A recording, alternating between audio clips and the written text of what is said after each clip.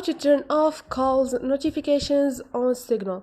Hi guys, in this video I will show you how to turn off calls notifications on Signal.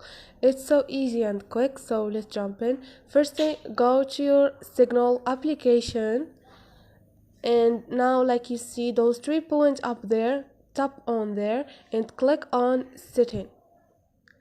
Now scroll down and click on notifications.